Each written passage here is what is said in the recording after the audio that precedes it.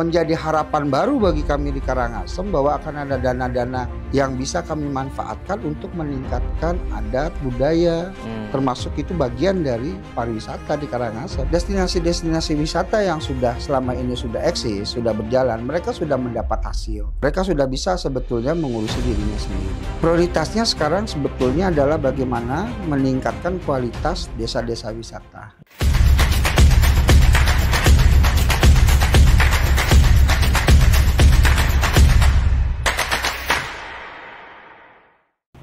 Selamat datang kembali di channel YouTube Hanura Bali Official. Kita kayaknya beberapa hari istirahat ini karena pemilu ya, pencoblosan masih sibuk di masing-masing dapil teman-teman di Hanura.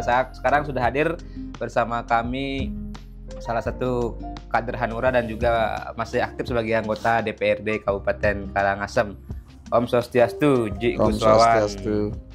Ya gimana Ji pertarungan kemarin pemilu? Nah mungkin sedikit sebelum kita ngobrol-ngobrol lebih jauh lah. Ya biasalah seperti pemilu-pemilu sebelumnya, ya ketat, ya apa perjuangannya ya keras, ya biasa itu. Ya walaupun sama. Hasilnya kita masih nunggu final lah dari KPU kan. Ya kalau dari hasil sebetulnya sudah kita bisa tahu bahwa melalui saksi-saksi yang ada di TPS yang kita ngumpulkan hasil C1-nya kan kita sudah bisa hitung sebetulnya gitu. Tapi intinya apapun itu hasilnya tadi Hanura tetap juga nanti bisa mewarnai lah di Karangasem maupun juga di provinsi kan begitu. Ya setengah mudah-mudahan aja karena memang tujuannya partai politik kan merebut kekuasaan, mencari kekuasaan, mengejar kekuasaan. Tapi partai politik juga tidak haram untuk tetap bekerja bagi masyarakat meskipun walaupun tidak berada di luar kekuasaan. Artinya walaupun tidak ada kursinya di parlemen, tapi sebenarnya kerja partai politik itu tetap di masyarakat kan begitu. Oke. Nah ini Ji Gus, yang satu juga menjadi menarik ya, bersamaan dengan pemilu 14 Februari 2024 beberapa hari lalu kan juga secara resmi berlaku pungutan bagi wisatawan asing, pungutan turis asing berdasarkan Perda nomor 6 tahun 2023 kalau nggak salah, intinya Perda tentang pungutan bagi wisatawan asing untuk perlindungan kebudayaan dan lingkungan alam Bali. Walaupun sebelumnya sudah diuji coba pertanggal 7 Februari kalau nggak salah. Nah, data sementara selama 2 pekan ini dari uji coba Bali sampai sekarang itu katanya sudah hampir 11 miliar ya.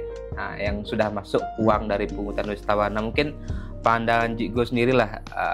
Ini kan menjadi legacy sebenarnya, warisan dari kepemimpinan Pak Wayan Koster dengan berhasil diperjuangkan Undang-Undang Provinsi Bali, turunannya ya Perda pungutan turis asing ini. Salah satunya. Nah, salah satunya. Ya sebetulnya kalau dari sisi pendapatan bagi daerah kan itu bagus gitu. Meskipun saya juga sempat mendengar beberapa pelaku wisata, terutama hotel segala macam yang langsung berhubungan dengan tamu-tamu, itu ya agak keberatan juga. Nah, keberatan mereka didasari atas bahwa ini akan makin memberatkan wisatawan yang datang. Gitu. Tapi sebagai sebuah terobosan bahwa ini adalah demi kepentingan Bali, itu harus kita dukung. Karena sesungguhnya bagi wisatawan asing yang datang ke Bali, yang effortnya bahkan untuk bisa datang itu lebih dari $10 jadi nggak ada artinya gitu.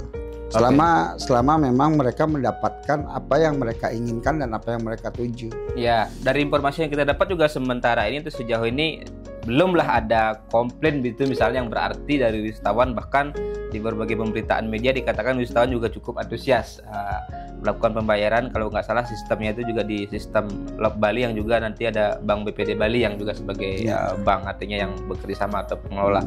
Nah mungkin ada masukan Jigus nggak terkait dengan ini, kan baru tahap awal 2 minggu terakhir, mungkin belum ada masalah, tapi kita berharap nggak ada masalah, tapi sebagai sebuah antisipasi atau sebuah masukan begitu. Ya, yang pertama tujuannya adanya pungutan ini adalah untuk meningkatkan pariwisata Bali, baik dari sisi pelayanan, baik dari sisi destinasi wisata maupun dari infrastruktur pariwisatanya. Yeah. Itu tujuan utamanya. Nah, dari sisi destinasi wisata itu sebetulnya berhubungan dengan adat, budaya dan segala macamnya. Di dalamnya itu termasuk. Nah, sekarang masalahnya yang jadi pertanyaan teknis dalam rangka menjalankan itu seperti apa? Ini yang kita belum tahu. Yeah. Apakah ini akan dibagikan kepada kabupaten kota? Seperti atau sistem PHR yang di Badung, yang di Badung, atau bahkan langsung dikelola oleh provinsi dan langsung menuju kepada lokasi-lokasi titik-titik wisata yang memang perlu dibenahi, perlu dibina, atau akan seperti itu. Ini yang belum kita paham, ini yang belum kita tahu. Ya, termasuk kalau nggak salah di pergubnya itu kan baru ada satu pergub yang saya baca sejauh ini, yang pergub tentang tata kelolanya, tata cara pungutannya. Termasuk di salah satu pasalnya itu ada disebutkan tentang tata kelola, tapi di sana juga belum clear detail sekali apa yang seperti Cikgu sampaikan tadi. Iya, itu makanya ini diperlukan sebuah aturan tersendiri untuk menata pengelolaan, sehingga pertama tujuan dari pungutan ini dilakukan itu berjalan dengan efektif, tujuannya tercapai. Kedua, tentunya untuk menghindari rasa cemburu atau iri dari antar kabupaten atau kota. Nanti mungkin ada yang dapat, ada yang enggak. Kalau misalnya tidak dibagikan basis per kabupaten kota, atau kita kan nggak tahu seperti apa nanti pembagiannya. Ini tadi memang benar bisa berpotensi menimbulkan kecemburuan sosial antar daerah gitu. Nah, ada yang mungkin ada yang dapat lebih besar, ada yang dapat lebih sedikit. Ini juga kan yang jadi masalah, karena kita nggak bisa melihat bahwa semua kabupaten mendapat yang sama, karena kondisi pariwisatanya kan berbeda-beda. Gitu. Nah, ini yang harus lebih didetailkan. Sebaiknya dari sekarang sudah ada sebetulnya, ketika pergub tentang pungutan ini sudah dibuat, sudah dijalankan, pergub tentang pemanfaatannya ini harus sudah ada juga, sehingga berjalan paralel. Termasuk misalnya ketika tadi bicara pemanfaatan, kapan uang ini sudah bisa dimanfaatkan? Misalnya kan sekarang katanya sudah ada 11 miliar. Apakah uang 11 miliar itu ngendap di bank? Apa dimanfaatkan? Apa bagaimana? Ya, itu makanya. Apakah akan dimanfaatkan dalam tahun anggaran berikutnya? Ini dikumpulkan dulu. Iya. Atau pengumpulan ini setiap bulan setelah dikumpulkan langsung dimanfaatkan untuk kepentingan pengelolaan pariwisata di Bali.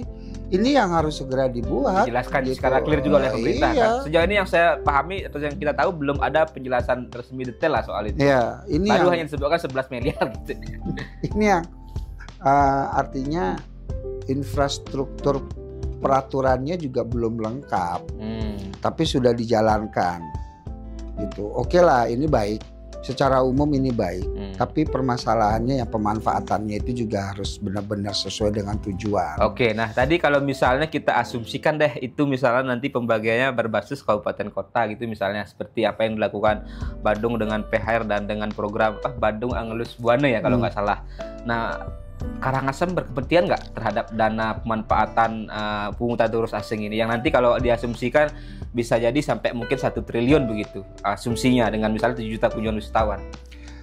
Sebetulnya tidak hanya Karangasem, semua daerah sangat berkepentingan dengan dana ini, gitu. Apalagi Karangasem, gitu. Hanya saja ya kita belum tahu ini bagaimana sistemnya. Kalau ataupun misalnya dibagikan kepada kabupaten kota, sistem penggunaan anggarannya oleh kabupaten kota itu harus seperti apa juga kita belum tahu kan. Ini kan harus didetailkan. Pergub turunannya mungkin dalam bentuk perbub nanti. Detailnya sistem penggunaannya seperti apa. Jadi sebetulnya masih ada proses. Nah, ini yang belum ada. Saya juga belum paham. Kebetulan saya wakil rakyat yang duduk di Komisi 4 yang membidangi pariwisata di Karangasem, DPD Karangasem, yang membidangi salah satunya pariwisata. Ini tentunya menjadi concern kami di Karangasem, menjadi harapan baru bagi kami di Karangasem bahwa akan ada dana-dana yang bisa kami manfaatkan untuk meningkatkan adat budaya, termasuk itu bagian dari pariwisata di Karangasem gitu. Oke. Cuman kita belum tahu detailnya harus seperti apa. Nah, kalau bicara tadi harapan Karangasem mendapat kecipratan lah uang pungutan turis asing ini. Apa? Bukan harapan, wajib itu. Ya wajib juga bilang. Apa kebutuhannya Gus untuk misalnya pemeliharaan adat budaya? Karena kita tahu kan Karangasem kalau kita bicara Bali juga salah satu yang masih kental atau masih kuat memelihara tradisi adat budayanya. Bahkan kalau nggak salah, seingat saya di era kepemimpinan Bupati sebelumnya, Mas Sumatri ya, itu bahkan membuat tagline atau branding Karangasem The Spirit of Bali, yang dilandasi pemikiran bahwa Karangasem inilah the original Bali atau budaya yang masih asli kuat itu di Karangasem, begitu klaimnya gitu. Ya. Nah, bagaimana Gus? Maksudnya penggunaan? Ya, penggunaan dalam konteks nanti bagaimana menjaga atau merawat budaya dan adat yang ada di Karangasem. Ya, kalau memang di sana dikatakan masih kental, masih kaya, masih kuat begitu. Ya, ya begini. Dalam pergub yang tentang pungutan ini kan sudah disebutkan ada 3 hal utama, infrastruktur, adat budaya, lingkungan juga satu. Dan lingkungan, gitu. Nah, kalau kita bicara tentang adat dan budaya di sini juga masih menimbulkan kebingungan juga, karena adat budaya yang mana yang dimaksud? Di titik mana? Iya, apakah upacara-upacara di desa-desa itu kan juga bagian dari adat dan budaya, gitu. Tapi kan selama ini tidak semua bisa dijual sebagai paket wisata, gitu. Jadi apakah ini akan dibagikan ke desa-desa, ke desa adat gitu misalnya, ataukah akan langsung dikelola oleh dinas teknis yang terkait dengan hal itu kemudian diberikan? Memang semua masih rancu. Saya belum bisa berbicara banyak tentang bagaimana sistemnya, tapi harapan bahwa anggaran dana pungutan ini menjadi sesuatu yang sangat bermanfaat bagi kabupaten, kota, terutama Kabupaten Karangasem tentunya sangat tinggi. Bagaimana mungkin sekarang di Karangasem destinasi utamanya ada Ujung, kemudian ada pemandian yang di Abang itu, kemudian ada wisata Besaki. Nah, apakah lokasi-lokasi pariwisata utama ini akan kemudian mendapat pendanaan misalnya, atau untuk pelestarian budaya di sana, gitu, atau pendanaan lingkungan? Atau mungkin lebih difokuskan kepada desa-desa wisata, atau mungkin ada pembagian sekian persen untuk destinasi-destinasi wisata utama, kemudian sisanya diberikan kepada desa-desa wisata. Ini kan masih harus diatur. Cuman harapan saya begini, kalau destinasi-destinasi wisata yang selama ini sudah eksis, sudah berjalan, mereka sudah mendapat hasil. Mereka sudah bisa sebetulnya mengurusi dirinya sendiri. Jadi prioritasnya sekarang sebetulnya adalah bagaimana meningkatkan kualitas desa-desa wisata. Itu yang menjadi target utama kami di Karangasem. Karena desa-desa wisata ini bersentuhan langsung dengan masyarakat di desa tersebut. Dan itu akan memberikan pendapatan tambahan bagi masyarakat sekitar di desa tersebut. Gitu. Sifatnya lebih lokal tapi lebih efektif. Ketika ini semua dibina dengan baik, desa-desa wisata yang ada di Karangasem itu akan memberikan dampak pada akhirnya kepada kabupaten secara umum. Gitu. Harapannya kan begitu. Jadi kalau menurut gagasan yang ada di diri saya, diri Tiang, bahwa sebaiknya anggaran dana-dana pungutan pariwisata ini itu diberikan kepada kabupaten dengan sistem di mana lebih memprioritaskan desa-desa wisata. Karena itu yang sekarang ini justru bisa meningkatkan pendapatan masyarakat secara langsung. Ya, artinya menggerakkan ekonomi real di tingkat bawah gitu, di tingkat grassroots. Artinya tidak kalau desa wisata kan kita bicara ekonomi bergerak pada level terbawah, pada level UMKM dan pada level ekonomi kerakyatan, bukan investor-investor besar yang uangnya bisa lari keluar kan gitu. Dan itu lebih menyebar jadinya. Lebih menyebar karena sekarang ini kan desa-desa wisata mulai terbangun di Karangasem. Nah, ini perlu ditata. Buat saya ini kesempatan bagi kami di Karangasem untuk lebih membangkitkan, mengembangkan dan meningkatkan kualitas desa-desa wisata yang ada di Karangasem. Oke. Nah, kalau kita bicara potensi di Karangasem, selain yang sudah ada tadi, apa mungkin potensi-potensi baru yang bisa digali? Karena ini juga banyak pemikiran dari teman-teman. Sebenarnya Karangasem itu masih menyimpan istilah mereka adalah the sleeping giant of tourism, artinya masih ada potensi raksasa-raksasa tidur yang belum bangun. Nah, itu gimana juga? Apa saja yang mungkin bisa karena Karangasem kan masih lekat dengan brandingnya daerah miskin gitu, kemiskinan yang masih tinggi dan sebagainya, walaupun potensinya besar gitu. Itu perumpamaan yang kurang tepat sebetulnya. Karena kalau kita bicara dari sisi geografis, itu kalah dengan Bali Selatan. Kalau kita bicara dari sisi atraksi budayanya, ini kan tentu dua hal yang berbeda. Atraksi budaya dengan adat dan budaya ini dua hal yang berbeda. Gitu. Atraksi budaya adalah adat dan budaya yang sudah dikemas sedemikian rupa sehingga bisa dijual sebagai bentuk pariwisata. Gitu. Kalau kita melihat dari sisi itu, kita masih kalah jauh dari Gianyar dan Ubud khususnya. Dan masih perlu dan tidak banyak sebetulnya yang lebih bisa dikembangkan lagi gitu. Jadi saya lebih berfokus kepada bagaimana desa-desa desa ini yang lebih paham apa yang bisa dikembangkan. Kalau kita bicara tentang sesuatu yang besar, saya pikir sesuatu yang besar itu membutuhkan dana besar. Dana besar itu hanya bisa didatangkan dari pihak swasta, yang dalam hal ini adalah investor. Dan biasanya ketika itu terjadi, penyerapan untuk pengembangan ekonomi kerakyatan itu tidak akan tercapai dengan maksimal. Gitu. Nah, yang kita fokuskan sebetulnya bagaimana mengembangkan desa-desa wisata. Jadi bahasa perumpamaan tentang sleeping giant ini sebetulnya kurang tepat. Tapi ketika desa-desa wisata ini sudah terbangun, kemudian terjadi sebuah link antar desa tersebut, itu akan menjadi sesuatu yang sangat besar sesungguhnya. Pada akhirnya akan begitu. Gitu. Mungkin kalau umpamanya diarahkan ke hal itu lebih pas. Gitu. Jadi penguatan atau pembangkitan potensi desa wisata yang tentu didukung desa wisata ini harus punya karakteristik keunikan yang bisa dijual dan punya mungkin produk-produk unggulan yang bisa menjadi juga bagian dari souvenir destinasi atau produk yang memang dijual. Karena sebetulnya begini, dengan kita bisa mengembangkan desa wisata, itu pada akhirnya dari sisi adat dan budaya akan semakin terjaga dan semakin bisa dikembangkan. Ini poinnya yang paling penting itu. Penguatan adat dan budaya akan semakin baik. Jadi sebenarnya ketika semakin banyak desa wisata, tentu yang diimbangi dengan kualitasnya dan tentu juga ada produk-produk yang mereka hasilkan, itu pada ujungnya akan berimbas pada penguatan seni adat budaya yang hidup di desa itu atau di sekitarnya atau di kabupaten. Itu udah otomatis banget. Gitu. Jadi dan ini Karangasem sebagai spirit of Bali-nya akan tercapai. Ketika ini bisa dijalankan dengan baik, butuh waktu.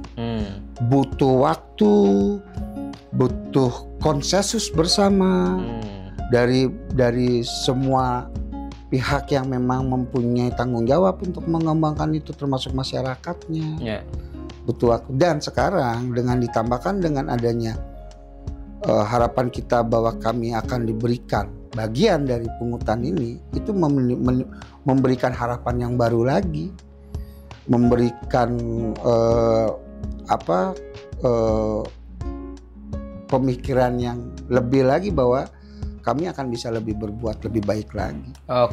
Ya itu menarik kalau tadi Jiko sampaikan bicara konsensus bersama itu artinya kalau saya pahami juga perlu political will bersama, artinya teman-teman di legislatif dan di eksekutif. Nah ini kan juga nanti ada teman-teman yang baru terpilih ya periode 2024-2029 walaupun hasilnya kita menunggu KPU resmi. apa mungkin sebagai sebuah closing juga, Jenggus, apa harapan Jenggus kepada teman-teman wakil rakyat nanti di legislatif DPRD Karangasem termasuk DPRD Provinsi Bali, karena nanti kalau kita bicara konteks pembagian uang pungutan turis asing itu kan juga perlu teman-teman yang bersuara juga, memperjuangkan, berkomunikasi dengan pihak eksekutif, dalam hal ini PJ Gubernur Bali, kemudian turunannya ketika dibawa ke kabupaten kota tentu dikawal oleh bupati dan teman-teman dewan di DPRD kabupaten kota masing-masing. Yang pertama tentunya harus ada aturan detail, rinci untuk bagaimana penggunaan dana-dana pungutan asing ini, dana pungutan wisatawan asing ini. Itu harus segera dibuat sehingga aturan tentang pungutan ini dan aturan pelaksana tentang realisasi anggaran ini berjalan bersamaan, seiring. Itu yang pertama. Yang kedua, untuk legislatif ya tentunya harapannya pengawasan lebih baik lagi, pengawasan lebih ditingkatkan lagi, sehingga anggaran itu bisa dipergunakan secara maksimal bagi kepentingan masyarakat banyak, bagi kepentingan daerah. Itu sih harapan saya bagi kawan-kawan dewan yang hari ini sudah terpilih menjadi wakil rakyat periode 2024-2029. Oke, jadi memang tadi komitmen political will juga membuat regulasinya, kemudian tadi mengawasi kan begitu juga pemanfaatannya, sehingga memang benar-benar apa yang menjadi tujuan sebagaimana diatur di Perda ini tentang pungutan wisatawan asing ini memang bisa tercapai. Dan tadi tentu poinnya adalah penguatan adat, budaya, dan pelestarian lingkungan itu bisa tercapai, sehingga tidak nanti uangnya malah lari kemana-mana kan gitu, atau menguapnya kemana-mana kan begitu. Oke, Susuma Jenggus sudah berbagi dengan kita. Nanti kita akan sambung di kesempatan berikutnya. Semoga ini bisa menjadi masukan lah bagi pemerintah, karena dana yang begitu besar jangan sampai tidak ada manfaatnya untuk kita masyarakat Bali. Terima kasih, kita kembali lagi dan berjumpa di kesempatan berikutnya. Salam hati nurani.